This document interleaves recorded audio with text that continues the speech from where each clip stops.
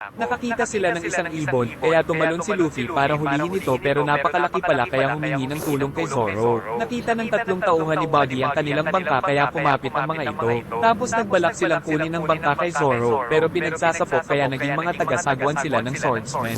Samantala tumatakbo si Nami dahil kinuha niya ang mapa mula sa Buggy Pirates. Ipinag-utos ni Buggy na pasabugin ng malaking ibon kaya nahulog si Luffy. At sa ibaba ay muli silang nagkita ni Nami. Nagpanggap si Nami na boss niya si Luffy. Kaya si Luffy ang sinapok ng kalbo. Pero dahil lumipad ang Straw Hat ay sinapok niya rin ito sa mukha.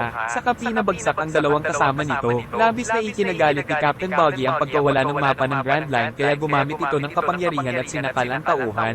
Bilang pasasalamat kay Luffy ay pinakain siya ni Nami ng libre. At nang malaman ni Luffy na isa siyang navigator ay pinapasali niya ang dalaga sa kanyang pirate crew. Ngunit giit ng dalaga na sasali siya sa isang kondisyon. Dinala niya si Luffy kay Buggy at sinabing nag-traidor na siya sa dati niyang boss at nakiusap na pasalihin sa Buggy Pirates. Pumayag naman si Buggy kaya ikinulong si Luffy.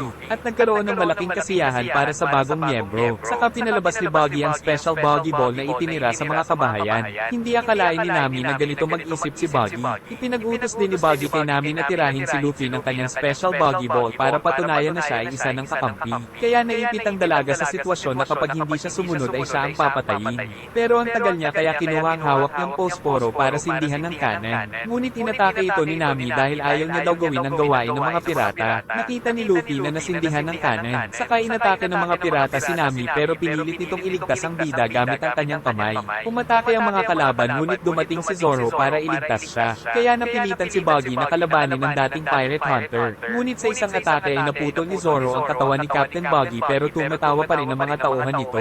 Saka biglang bumangon si Buggy at sinaksak si Zoro. Dahil may kapangyarihan din pala ito ng Devil Fruit kaya nagagawang mahati ang katawan. Nainis si Luffy kaya tinawag ng Laki Ilong si Buggy na pinakaayaw pala nitong marinig. Kahit nasugatan ay nakipaglaban pa rin si Zoro. Saka naisipan ni Zoro na itutok ang kanan kay Buggy at ginamit sa kanila ang sariling sandata. Dahil sa nangyari ay nagkaroon ng pagkakataon si Zoro na itaakas ang kanyang captain. Dumating si Moji at inutusan ni Buggy na tapusin si Zoro. Nakarating sila sa tapat ng isang pet shop na may nagbabantay na aso nang inatngat ang mukha ng bida. Dumating si Nami dala ang susi, ngunit kinain ito ng aso kaya sinakal niya ito dahil hindi na siya makakaalis sa pulungan. Lumabas ang mayor ng bayan at tinulungan nito si Zoro. Saka sinabi ng doktor na nagbabantay pala ang asong si Chow Chow sa pet shop ng kanyang amo ngunit matagal na daw itong patay kaya siya na ang nagpapakain.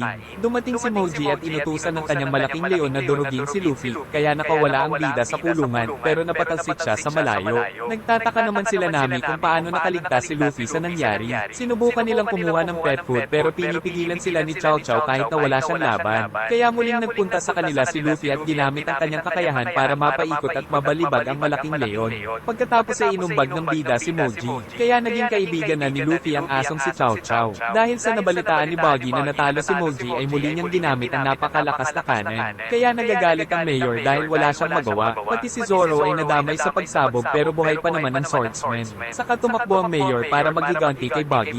At dahil nakapagpahinga ay ayos na ulit si Zoro. Nagpunta mag-isa ang mayor kay Buggy para pigilan ito ngunit agad siyang sinakal ng walang awang clown. Pero pinigilan siya ni Straw Hat Luffy. Sa kabila nito ay nais pa rin makipaglaban ng mayor kaya inuntog siya ni Luffy para makatulog. Sa kanya tinawag na Laki Ilong si Captain Buggy na ikinagulat ng mga ito. Kaya tinira siya ng kanan pero gamit ang bulon ay pinabanda ito sa kanila kaya sila ang sumabog. Pero nakaligtas pala si Buggy dahil ginawa niyang shield ang mga tauhan. Dumating si Kabaji na sinipa si Moji papunta sa mga bida kaya nasipa ni Luffy at plakda sa pader ang loko. Sumugod si Kabaji upang ipagtanggol ang kanyang captain pero pinigilan siya ni Zoro kahit na may sugat pa ito. Kaya naman ito ang inaatake ni Kabaji kaya nagawa niyang mabugbog si Zoro. Pero hindi pa rin tumutulong si Luffy dahil may tiwala siya sa kanyang crew. Muling bumangon si Zoro kaya gumamit si Kabaji ng mga trumpo pero pinaghihiwalan nito. Tumalon si Kabaji kaya hahawakan sana ni Buggy si Zoro sa paa ngunit nahuli ni Luffy ang kamay niya kaya nakailag si Zoro. Samantala si Nami ay nagpunta sa mga kayamanan ni Buggy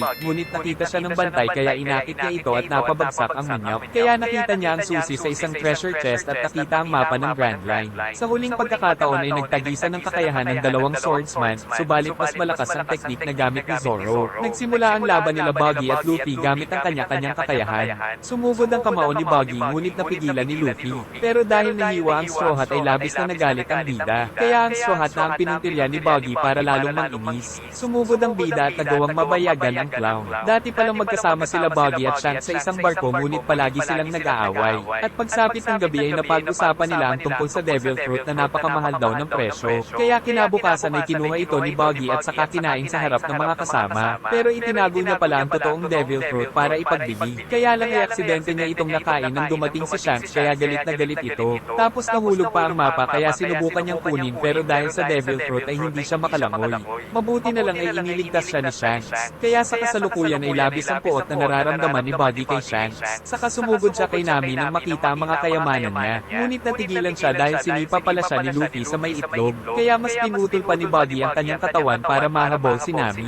Pero naiwan ang kanyang paa kaya kung ano-ano ang ginawa dito ng bida na naramdaman naman ng clown. Tapos sasaksakin niya na sana si Nami nang sipain ni Luffy sa pagmumukha subalit nagkalat din ang kayamanan. Muling bumangon si Buggy ngunit nang mag-transform ay nawawala ang kanyang katawan. Dahil tinali pala ito ni Nami. At gamit ang goma-goma no busukan ni Luffy ay napatalsik niya ang clown. Ngunit nalungkot siya nang makita ang Straw Hat. Dumating ang mga tao na nagtatanong kung anong nangyari. Kaya sinabi ni Luffy ang totoo na siya ang nagpatulog sa mayor at sila ay mga pirata kaya nagalit sa kanila ang mga tao. Tawang-tawa si Zoro ngunit naiinis naman si Nami. Dahil dito ay hinabol sila ng mga tao.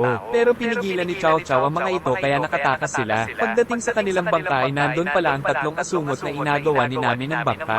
Ngunit nang makita nila si Zoro ay natakot ang mga ito. Nang magising ang mayor ay hinanap niya sila Luffy. Kagad siyang tumakbo para puntahan ang mga ito. Nadatnan niyang nakalis na ang mga bida ngunit isinigaw niya ang pagpapasalamat sa mga nagligtas sa bayan. Nalaman ni Nami na iniwan pala ni Luffy ang ibang kayamanan para daw makabawi ang mga tao sa mga nasira kaya nilunod niya ang bida. Isang mapayapang umaga ay may tumatakbong